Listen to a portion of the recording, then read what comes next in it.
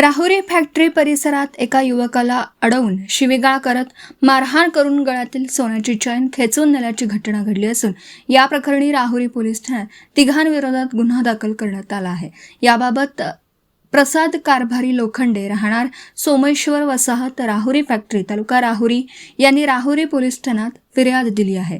या फिर्यादीत असं म्हटलं आहे की दिनांक 24 मे रोजी रात्री सुमारे 8 वाजण्याच्या दरम्यान राहुरी फॅक्टरी येथील श्रीरामपूर नाका परिसरात मोबाईलवर बोलत उभे असताना आरोपी गोरक्षनाथ नरोडे, रावसाहेब लोंढे आणि विकी नरोडे सर्व राहणार प्रसाद नगर राहुरी फॅक्टरी यांनी प्रसाद लोखंडे याला अडवलं। आरोपींनी गाडीचा मालक कोण आहे अशी विचारणा करत सुरुवातीला शिवीगाळ केली। त्यानंतर वाद वाढवत आरोपींनी फिर्यादीच्या गळ्यातील सुमारे 1 तोळ्याची सोन्याची चैन जबरदस्तीने खेचून नेली, तसेच लाथाबुक्क्यांनी मारहाण करत जीवे मारण्याची धमकी दिल्याचं फिर्यादीत नमूद करण्यात आलं आहे। या मारहाणीत प्रसाद लोखंडे यांच्या डोक्यावर, गळ्यावर तसेच पाठीवर दुखापत झाली आहे। दरम्यान परिसरातील सुरेश शिंदे यांनी मध्यस्थी करत फिर्यादीची सुटका केली। या प्रकरणी राहुरी पोलीस ठाण्यात गुन्हा दाखल करण्यात आला आहे।